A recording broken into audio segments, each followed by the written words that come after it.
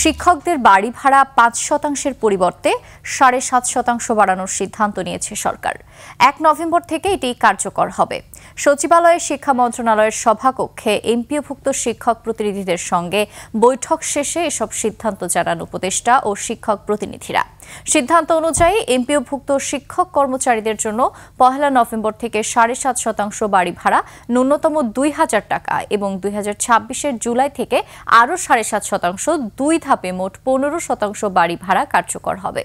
শিক্ষা উপদেষ্টা বলেন, শিক্ষকরা আরও অধিক সম্মানের দাবিদার এবং তাদের জীবনমান উন্নয়নে রাষ্ট্রের সচেষ্ট থাকা দরকার। বাস্তবতা বিবেচনায় নিয়ে সিদ্ধান্ত মেনে নিয়ে কাল থেকে ক্লাসরুমে ফিরে যাওয়ার আশ্বাস দেন শিক্ষকরা।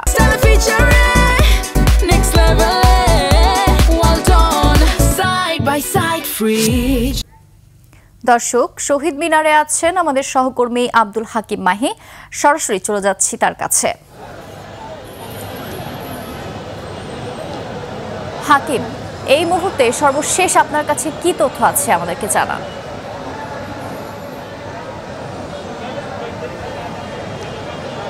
নির্জনা, আমি এই মুহূর্তে একটি ঐতিহাসিক মুহূর্তে আমি দাঁড়িয়ে রয়েছি কেন্দ্রীয় শহীদ মিনারে। আপনারা জানেন যে গত 10 দিন যাবৎ তারা লাগাতার কর্মসূচি তারা পালন করছেন, তারা এখানে অবস্থান কর্মসূচি পালন করছেন এবং শুধু কেন্দ্রীয় শহীদ মিনারে নয়, সারা দেশব্যাপী তারা কিন্তু এই অবস্থান কর্মসূচি এবং তারা বিক্ষোভ তারা পালন করছেন। আপনারা জানেন যে শ্রেণী কার্যক্রমে এতদিন পর্যন্ত বন্ধ ছিল শিক্ষকরা, এবং আপনারা জানেন যে তারা যে হুঁশিয়ারি দিয়েছিলেন যে তাদের দাবি যদি মেনে নেওয়া না হয় তাহলে তারা শিক্ষার্থী এবং অভিভাবক যারা রয়েছেন সেই অভিভাবকদের নিয়েই তারা কিন্তু আন্দোলনে তারা নামবেন। আর এই মুহূর্তে আমরা জেনেছি যে কিছুক্ষণ আগেই সচিবালয়ে শিক্ষকদের সঙ্গে যে আলোচনা হয়েছে সেখানে কিন্তু আগামী ১ নভেম্বর থেকে ৭.৫% এবং আগামী বছর অর্থাৎ ২০২৬ সালে জুলাই থেকে সেখানে ৭.৫% অর্থাৎ ১৫% তাদের এই দাবি মেনে নিয়েছে।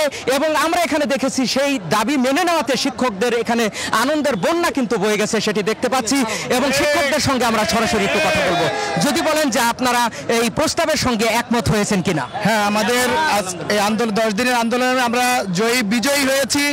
আমাদের দাবি ছিল 20%, কিন্তু সক্ষমতা না থাকার কারণে অর্থ মন্ত্রণালয় 15% দেওয়ার সিদ্ধান্ত নিয়েছে। এই এখন নভেম্বর থেকে 7.5% এবং জুলাই 2026 থেকে 7.5%। এতদিন যে আপনারা লাগাতার আন্দোলন করলেন, এখন আপনাদের অনুভূতি কি? এখন আমাদের অনুভূতি, আমরা প্রাথমিক বিজয় অর্জিত হয়েছে। আমরা আরো যে দাবিগুলো আছে হয়তো অর্থ মন্ত্রণালয় আস্তে আস্তে আমাদের এটা পূরণ করবে।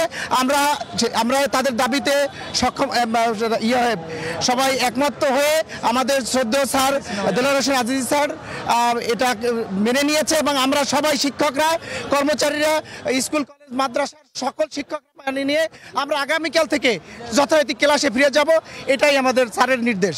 ধন্যবাদ আপনাকে।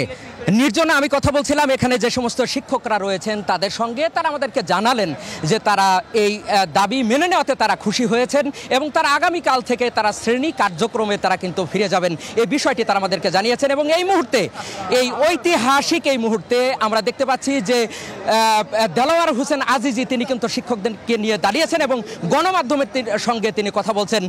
নির্জনা, এই ছিল আমার কাছে কেন্দ্রীয় শহীদ মিনার থেকে সর্বশেষ। হাকিম, অসংখ্য ধন্যবাদ আপনাকে।